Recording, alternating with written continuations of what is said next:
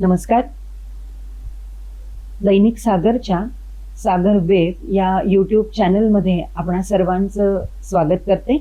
मी प्राध्यापिका सोनाली अनिल खर्चे.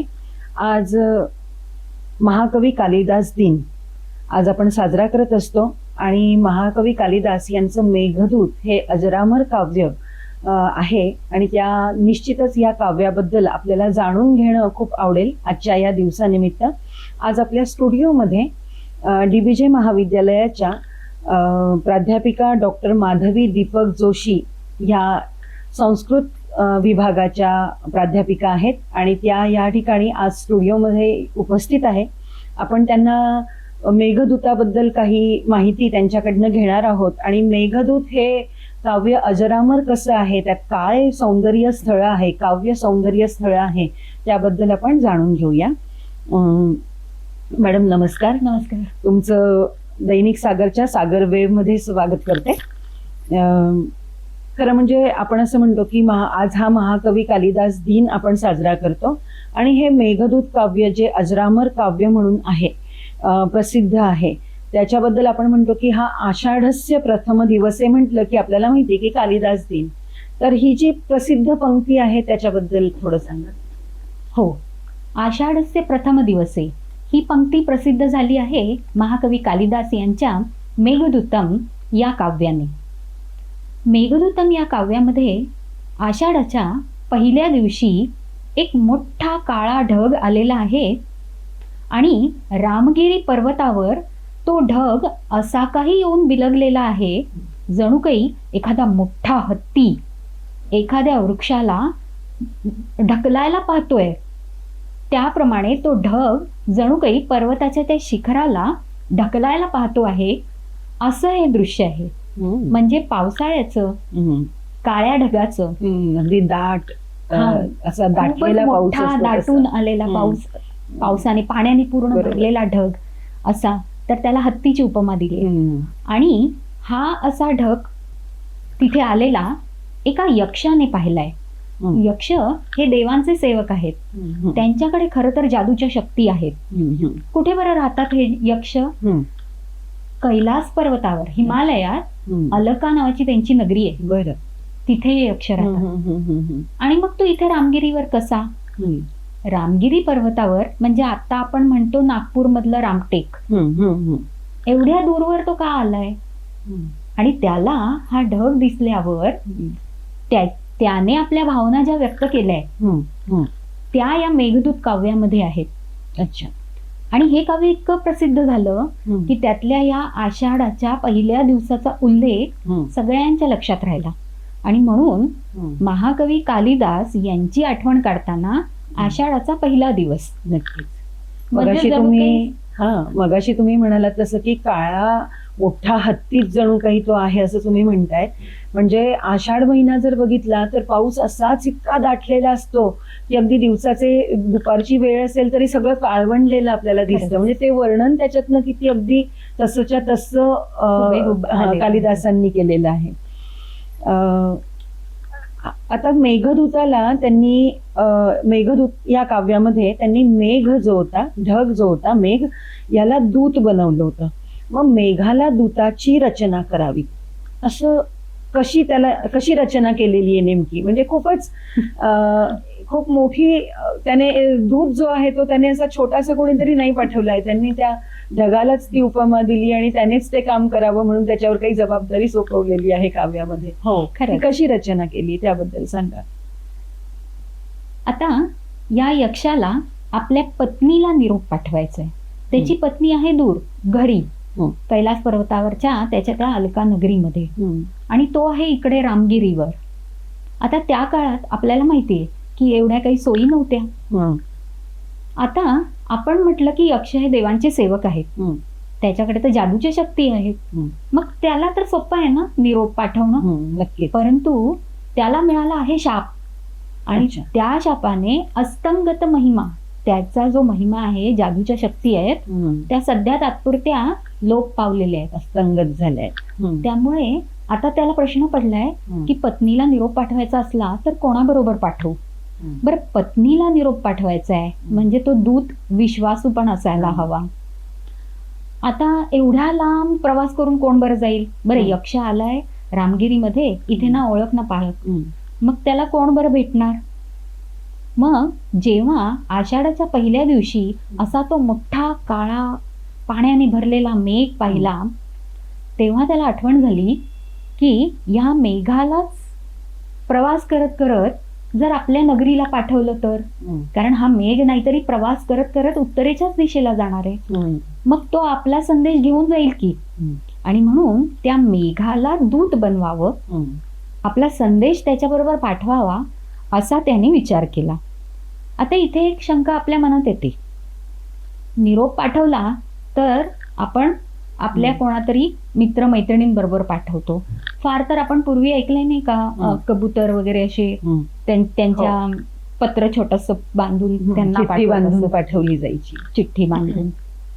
पण इथे तर हा आहे मेघ, म्हणजे तो तर आहे अचेतन. मग अचेतन अशी गोष्ट आहे, त्याच्याशी हा बोलतोय यक्ष आणि त्याला आपला संदेश घेऊन जायला सांगतोय, असं कसं काय. तर कवी म्हणतो की कामार्था ही प्रकृती कृपणा हा चेतना चेतनेषु.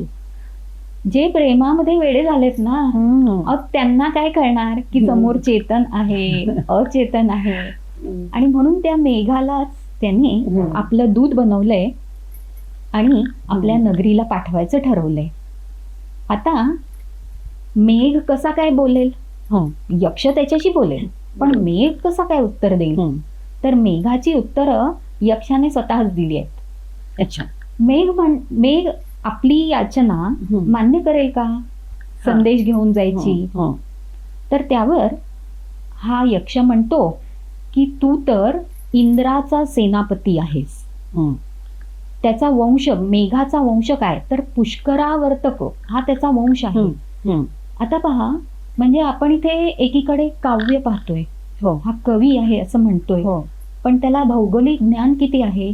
ढगांचे वेगवेगळे प्रकार असतात आणि त्यातले जे सर्वात जास्त उंचीवरचे आणि असे भरपूर पाण्याने भरलेले ढग असतात, त्यांची गणना या पुष्करावर्तक या प्रकारामध्ये केली आहे. म्हणजे एका छोट्याशा उल्लेखाने आपल्याला त्या कवीच्या विद्वत्तेचा पण प्रत्यय येतो. नक्कीच नक्कीच. आणि मग जर मोठ्या एखाद्या अशा अधिकारी उच्च पदस्थ व्यक्तीकडे आपण जर छोटीशी याचना केली, छोटीशी विनंती केली, तर ते नक्कीच मान्य करतात. असं तो त्या यक्ष त्या मेघाला म्हणतो. आणि म्हणून तू नक्कीच माझी विनंती मान्य करशील आणि माझा संदेश घेऊन जाशील असं म्हणतो.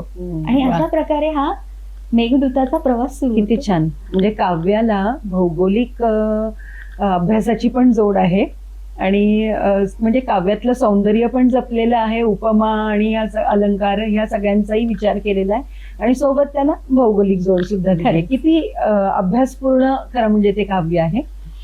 आणि आपण मेघदूताबद्दल बोलतोय, हे सगळं कथानक, त्यातली काव्य आणि सौंदर्य स्थळ, जसं मगाशी तुम्ही एक दोन काव्य सौंदर्य स्थळ बोललात, त्या संदर्भात तुम्ही सांगा ना काही. मेघदूत सगळं कथानक आणि त्यात येणारी सौंदर्य स्थळ. जसं आपण आता म्हटलं की हा यक्ष का बरं आपली जी अलका नगरी आहे ती सोडून रामगिरीवर आला. तर त्यामागे एक कथा अशी आहे की हा यक्षांचा जो राजा आहे कुबेर, त्यांचा सेवक.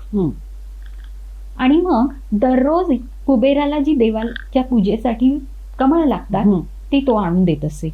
आता एवढं साधंच काम आहे, त्यात चूक काय व्हायची.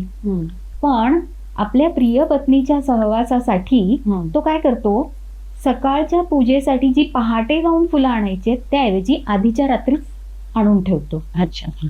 आधीच्या रात्री त्या कमळांमध्ये भुंगा अडकलाय. आता दुसऱ्या दिवशी जेव्हा कुबेर ती फुलं घेतो पूजेला, तेव्हा त्यातनं तो भुंगा बाहेर आल्यावर त्याच्या लक्षात येतं की आता पहाटेची ताजी फुलं नाहीये, काल संध्याकाळी आणलेली फुलं आहेत. आता हे कशामुळे घडलं असावं, कुबेराला बरोबर समजतं. मग आता ज्या कारणामुळे चूक झालीये त्या कारणाप्रमाणेच किंवा त्या कारणानुसारच शिक्षा हवी. आणि म्हणून त्या यक्षाला त्याच्या घरापासनं दूर पाठवायची शिक्षा मिळते. आणि मग 1 वर्षासाठी हा त्याला शाप आहे किंवा शिक्षा आहे. आणि त्याच्या मालकाने, त्याच्या धन्याने सांगितल्यामुळे त्याला आता आपली अलकानगरी सोडून अच्छा. इथे यावं लागलंय. रामगिरीवर तो आला. रामगिरी हे एक पवित्र ठिकाण आहे, जिथे वनवासाला सीता, राम हे निवास करत होते. तसं एक पवित्र ठिकाण आहे, त्यामुळे तिथे नावच आहे रामगिरी. तर तिथे त्याचा काळ 8 महिने कसाबसा पार पडला. आता शेवटचे 4 महिने राहिलेत आणि पावसाळा आलाय. आणि आपले जे आपण म्हणतो ना मॉन्सून, तर खरोखरच हा आपल्या कोकणात लवकर सुरू होतो, पण तो नागपूरपर्यंत म्हणजे रामगिरीपर्यंत पोहोचेपर्यंत आषाढ महिना येतो. नक्कीच. आणि म्हणून हा उल्लेख पण भौगोलिक दृष्ट्या बरोबर आहे की आषाढाच्या पहिल्या दिवशी तो मोठा मेघ त्याने पाहिला. म्हणजे जर आपण ते भौगोलिक स्थळ जर नागपूरचा भाग म्हणतोय, तर मग त्या दृष्टीने आषाढ आणि हे सगळं, कारण पाऊस तेव्हा आहे तिकडे, जरी इकडे आधीपासून सुरू होतोय, पण तोही किती बारीक विचार या सगळ्या याच्यामध्ये केलेला आहे. खरंच. आणि म्हणूनच तो उल्लेख एवढा प्रसिद्ध झाला. आणि मग आता पुढचे हे 4 महिने पावसाचे आहेत. एक तर आधीच विरह व्यथा आहे, त्यात आणि पावसाळा आला. पावसाळ्यात तर आपली आवडती माणसं आपल्या जवळ असावी असं वाटतं ना. आपण कसं बसं आपल्या पत्नीचा विरह सहन करू, पण आपली पत्नी ती तर एवढी सुकुमार, एवढी कोमल, आणि ती कसा बरं हे 4 महिने हा विरह सहन करेल. मग तिला थोडासा तरी दिलासा मिळावा म्हणून निदान आपला निरोप तरी तिच्याबरोबर पोचावा असा विचार करून यक्ष या मेघाला आपला दूत बनवून पाठवायचं आणि आपला निरोप त्याच्याकडे द्यायचा, आपल्या पत्नीला पोचवायला सांगायचा, असं म्हणून यक्ष त्या मेघाशी बोलायला सुरुवात करतो. आता म्हणजे थोडक्यात सांगायचं तर ह्या काव्यात फक्त 100, 110 असे तेवढेच श्लोक आहेत, परंतु तरी पण त्या काव्यात काय नाही असं वाटतं. इतकी त्याच्यात म्हणजे रसाळपणा म्हणतो तो आहे, काव्याचे अलंकार म्हणतात ते आहे, निसर्ग वर्णन आहे सुंदर. आणि आपल्याला एक प्रवास वर्णन म्हणून जर एखादं बघायचं असलं तर त्या प्रवास वर्णनाच्या दृष्टीने पण तंतोतंत असं हे वर्णन झालेलं आहे. म्हणजे संस्कृत मधलं प्रवास वर्णन करणारं एक काव्य असं आपण त्याचं वर्णन करू शकतो. इतकं ते छान आहे. म्हणजे आपण म्हणू शकतो की परिपूर्ण सगळ्या अंगांनी, की ज्याच्यामध्ये भाषेसाठी जे लागतं, काव्य सौंदर्य म्हणा किंवा अलंकार म्हणा, उपमा म्हणा, त्यांनी परिपूर्ण, भौगोलिक अभ्यासाच्या दृष्टीने परिपूर्ण, आणि आणखीन इतर जो काय परिस्थितीचा, वेळेचा सगळा अभ्यास लागतो त्या दृष्टीने परिपूर्ण असं काव्य खरंच म्हणता येईल त्याला. म्हणजे या काव्याचे आपण 2 भाग बघू शकतो. पहिला जो भाग आहे त्याच्यामध्ये हा मेघ रामगिरी पर्वतापासून निघाला की पुढे त्याला कोणकोणते प्रदेश लागणार आहे, वाटेत कोणकोणते पर्वत आहेत, कोणकोणत्या नद्या आहेत, कोणकोणती प्रसिद्ध नगरं आहेत, आणि हे सगळं पाहत पाहत त्याने पुढे जायचंय. म्हणजे ह्या सगळ्याचा आनंद घेत, प्रवासाची मजा घेत त्याने पुढे पुढे जायचंय. हा पहिला भाग आहे. तो अलका नगरीपर्यंत पोहोचला की त्या अलका नगरीचं वर्णन, यक्षाच्या घराचं वर्णन, त्याच्या पत्नीचं वर्णन, आणि मग तो सांगायचा संदेश. हा सगळा भाग दुसऱ्या खंडात. म्हणून याला संस्कृत मधलं खंड काव्य, 2 भाग 2 खंडांमध्ये आहे म्हणून असंही म्हणतात. पहिला भाग प्रवासाचा आणि नंतरचा भाग जिथे त्याचं ठिकाण आहे नेमकं पोचायचं तिथला भाग आहे. हो, प्रवास वर्णन पण ती सुंदर, म्हणजे अतिशय सुंदर अशी प्रवास वर्णन आहे.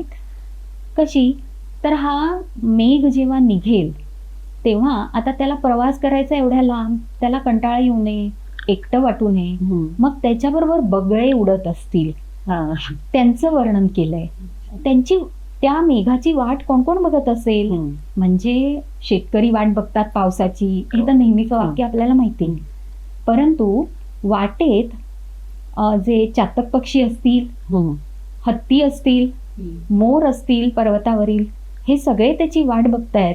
याची जाणीव यक्ष मुद्दाम त्याला करून देतो, म्हणजे त्याला प्रवासाला प्रेरणा मिळेल, त्याला उत्साह वाटेल. त्याला मदत करणारे एक मित्र पर्वत आहेत की जे त्याला ये बस असं आपल्या मित्राचं आपण स्वागत करतो तसं त्याचं स्वागत करतील. आणि मग जर मेघ दमला असेल वाटेत तर त्याला विश्रांती मिळेल. मेघ जसजसा पुढे जातोय, आम्रकूट पर्वत आहे, दशार्ण प्रदेश आहे, त्याला काय काय दिसेल? त्याला पर्वतावर छान आंब्यांचे वृक्ष, ज्याला भरपूर आंबे आले आहेत आणि भरपूर छान म्हणजे दृश्य ते अतिशय सुंदर, आणि मेघ तर उंचावरून ते दृश्य बघतो ते दिसतील. पुढे गेल्यावर त्याला त्याची वाट पाहणाऱ्या नद्या पण भेटतील. आता या नद्या जणू काही कवीने असे रूपक केलं आहे की मेघ हा प्रियकर आहे आणि ह्या ज्या नद्या आहेत त्या प्रेयसी आहेत आणि त्या आपल्या प्रियकराची वाट पाहतायत. आणि त्यामुळे जेव्हा हा मेघ त्यांना भेटेल तेव्हा त्या नद्यांना किती आनंद होईल. म्हणजे खरं म्हणजे तो प्रेमात आहे ना, यक्ष स्वतः प्रेमात असल्यामुळे त्याला तो मेघ आणि त्या नद्या आहेत त्यांचं सुद्धा प्रेम त्याला दिसायला लागले. खरं आहे. म्हणजे सगळी सृष्टी जणू काही प्रेममय झालेली आहे असंच वर्णन या काव्यात आहे. म्हणजे खरं बघायचं तर प्रेमाचे 2 प्रकार संस्कृत साहित्यात, म्हणजे रसाचे, शृंगार रसाचे. तर त्याच्यातला एक संयोग शृंगार असतो जे जिथे भेट असते प्रियकर प्रेयसीची, आणि दुसरा असतो तो विप्रलंभ म्हणजे वियोग असतो. तर संयोग जितका मधुर असतो त्याच्याहून जास्त कदाचित हा विप्रलंभ म्हणजे वियोग असतो तो किती मधुर असावा. तर इथे यक्ष आहे विरही खरं म्हणजे काव्यात रस आहे विप्रलंभ शृंगार, परंतु तो जो चे वर्णन करतोय त्याच्यात हा मेघ प्रियकर, नदी आपल्या प्रियसीला भेटणार आहे, म्हणजे तिथे संयोग शृंगार आहे. संयोग शृंगार म्हणजे एकाच वेळी दोन्ही प्रकारच्या रसांचा मिलाप करून इतकं सुंदर वर्णन केलेलं आहे. खूपच सुंदर. आणि मग ह्या आपल्या प्रेयसींना भेटायची जणू काही ओढ त्या मेघाला वाटेल ना, आणि तो प्रवास पण उत्साहाने आणि भरभर करेल. विरहातलं प्रेम आणि भेटीतलं प्रेम दोन्ही प्रेम दाखवलेलं आहे. म्हणजे भेटीतलं प्रेम मेघ आणि नद्यांमधलं, आणि विरहातलं प्रेम यक्ष आणि त्याची पत्नी यांच्या. सुंदर. आणि मग या वाटेमध्ये काही प्रसिद्ध नगरींचा उल्लेख पण येतो. म्हणजे आपल्याला त्या काळातल्या, आता जशी आपण मुंबई म्हणतो, मुंबई कशी वैभवशाली नगरी, तशी त्या काळातल्या वैभवशाली नगरीचा उल्लेख येतो उज्जैनचा. मेघाच्या सरळ मार्गात कदाचित ही नगरी लागली नसती, पण मुद्दाम थोडेस आडवळण घेऊन का होईना पण त्या नगरीला अवश्य जा असं यक्ष सांगतो. या निमित्ताने कालिदासाने तिथल्या समृद्धतेचं वर्णन केलंय. मोठे मोठे तिथले प्रासाद आणि तिथले लोक कसे संपन्न आयुष्य जगतायत आणि कसे रसिक आहेत, कला आणि साहित्य ह्यांचा कसा आस्वाद घेतात. ह्या सगळ्याचं वर्णन वाचून आपण थक्क होतो की त्या काळात सुद्धा अशी समृद्धी भारतात कशी आपल्याला तिथे ते चित्रण आपल्याला या काव्यात कसं दिसतं. अशा प्रकारे उज्जैन नगरी, त्यानंतर महाकाल मंदिर, तिथे दर्शनाला जा असं म्हटलं आहे. त्यानंतर कुरुक्षेत्राचं वर्णन आहे की जिथे कौरव आणि पांडव यांच्यात म्हणजे बाणांचा पाऊस पडला असेल, धुआधार युद्ध झालं असेल, तसं मेघ आपल्या पर्जन्यधारांचा धुआधार वर्षाव तिथे करेल. म्हणजे प्रत्येक क्षेत्र असेल, प्रत्येक गोष्ट असेल, मेघाशी त्याचा संबंध जोडलाय. त्या मेघाला पुढे पुढे जाण्यास कसं प्रवृत्त केलंय पाहण्यासारखं आहे. म्हणजे स्थान महात्म्य सांगून, तिथली एखादी घटना सांगून त्याला ती ओळख दिली आहे मेघाला की बाबा तुला ते भेटेल, ते तुला दिसेल असं करत. त्याच्यात सुंदर. बरं. कनखल या भागातनं जाणार तो पुढे क्रौंच रंध्र हा जो भाग आहे त्याच्यातनं तो पार होणार हिमालयाच्या रांगा, आणि मग तो पलीकडे जाईल तेव्हा तिथे तो कैलास पर्वत आहे. एकीकडे गंगा नदी आहे, तर कैलास पर्वत आणि त्याच्यावर असलेली ही अलका नगरी जणू काही आता इथे सुद्धा तेच रूपक येईल. तो कैलास पर्वत जर पती आहे, स्वामी आहे, तर ती अलका नगरी त्याची पत्नी आहे. आणि आपल्याकडे वामांगी हो. पत्नी असते वामांगी, वामांगी. तर तशी ती वामांगी बसलेली आहे. अच्छा. हा, आणि मग जे उत्तरीय वस्त्र खाली माहित नाही, लक्ष नाही पडलंय खाली, हा, हा. तसे ती गंगा नदी दूरवर वा. दिसते आहे. हम्म. असं एक विहंगम दृश्य मेघ वरून पाहू शकेल हा. अशा पद्धतीने किती सुंदर. हे वर्णन पहिल्या खंडामध्ये आलं आहे. खूप छान. म्हणजे जसं मगाशी मी म्हटलं तसंच की तो प्रेमात आहे म्हटल्यानंतर त्याला सगळीकडे प्रेम दिसतंय सगळ्या काव्यामध्ये. खूप छान. पहिल्या खंडामधलं बरंचसं काही जाणून घेतलं मॅडम, आणि हे इतकं छान वाटतं ऐकायला की आता दुसऱ्या खंडामध्ये आणखीन काय सांगितलेलं आहे हो ना. या काव्याच्या. आता ही जी अलका नगरी हा. आहे त्याचं वर्णन केलंय. ती आहे यक्षांची नगरी, हा. कुबेराची नगरी. कुबेर आहे देवांचा कोषाध्यक्ष, म्हणजे हो. खजिना सांभाळतो. मग किती मोठं वैभव त्याच्याकडे हम्म. असेल. या नगरीमध्ये प्रासाद इतके उंच आहेत, आधीच ती नगरी उंचावर आहे, की ते आकाशाला भिडले आहेत. आणि तिथे म्हणजे आपण ज्याला म्हणतो सोन्याच्या भिंती, हा. चांदीचे पत्रे, तिथे कमळ सुद्धा सोन्याची आहेत. तिथे प्रत्येक घराला बाग आहे, वापी आहे म्हणजे विहीर आहे. या यक्षाचं जे घर आहे ते पण असंच ओळखू येतंय, कारण तिथे अशोक वृक्ष त्यांनी वाढवला आहे. तो आपला कृतकतनय, आपला मुलगा मानून, अच्छा, मुलगा मानून वाढवला आहे. रोज मोर येऊन बसतो, त्याला ती यक्षपत्नी शिकवते. म्हणजे अशा प्रकारे एकाच वेळी या नगरीमध्ये 6ही ऋतू सुद्धा असतात. 6 ऋतूंमधली फुलं फुललेली असतात. असं एक ऐश्वर्याचं, समृद्धीचं आणि निसर्ग वैभवाचं वर्णन त्या अलका नगरीचं केलं आहे. यक्षाने मग तिथे गेल्यावर आपल्या पत्नीला कसं ओळखायचं याच्या खुणा सुद्धा मेघाला सांगितल्या, की कशी ती माझी वाट बघून कृश झाली असेल, तिला कधी चैनच पडत नसेल, कसं स्वप्न म्हणजे झोपू सुद्धा शकत नसेल, स्वप्नात तरी भेट व्हावी म्हणून झोपायचा प्रयत्न केला पण झोपच लागत नाही, अशी तिची अवस्था झाली असेल. अशा प्रकारे तिचं वर्णन करतो. आणि मग हे एवढे दिवस गेले, तसेच पुढचे आता 4 महिने सुद्धा जातील, तोपर्यंत वाट बघ, मी येतोच लवकर, अशा प्रकारे निरोप सांगतो. आणि मग एवढं माझं काम केल्यानंतर तू पण तुझ्या कामाला जाऊ शकतोस. आणि एक त्याला मुद्दाम सांगतो, माझा जसा पत्नी बरोबर वियोग झाला ना, तसं तुझी पत्नी वीज तुझ्या बरोबर असते नेहमी, तिचा कधीही वियोग तुझ्याशी होऊ नये अशी मी तुला शुभेच्छा देतो. आणि मग त्याचा निरोप घेतो. खूप छान, खूपच छान. मॅडम, आज आपण महाकवी कालिदास दिनानिमित्त मेघदूत या काव्याचं विवेचन केलं, त्यातली सौंदर्य स्थळं जाणून घेतली, दोन्ही खंडांबद्दल तुम्ही बोललात आणि खूप छान माहिती सागरच्या श्रोत्यांना तुम्ही दिली. दैनिक सागरच्या सागर वेब या युट्यूब चॅनल कडून मी आणि दैनिक सागर परिवाराकडून आपणा सर्व तुमचं मी खूप आभार मानते आणि धन्यवाद देते. या ठिकाणी थांबते. धन्यवाद.